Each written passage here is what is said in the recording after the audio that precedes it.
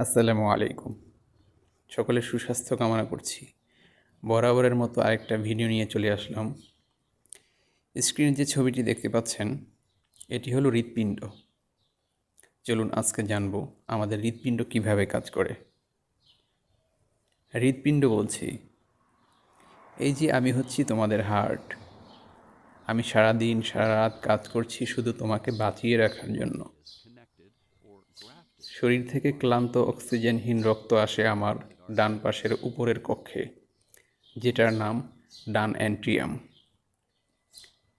তারপর সেটা নিচের কক্ষে নামে, যেটা হলো ডান ভেন্ট্রিকল।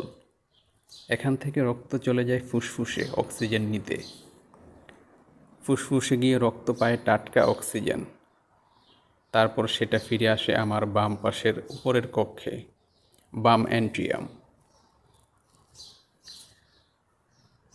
সবশেষে সেটা নামে বাম ভেন্ট্রিকলে।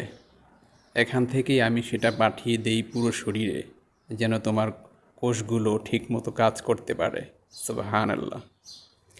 এভাবেই আমি তোমার প্রিয় হার্ট প্রতিদিন হাজার হাজার বার পাম্প করে চলি, শুধু তোমার জন্য, শুধু তোমাকে সুস্থ রাখার জন্য, ভালো রাখার জন্য, বাঁচিয়ে রাখার জন্য। তাই সুস্থ খাও, ব্যায়াম করো, আর আমাকে ভালো রাখো। ভিডিওটি দেখে কি বুঝলেন? মহান রবের সৃষ্টি কতটা নিখুঁত, তাই না? সুবহানাল্লাহ।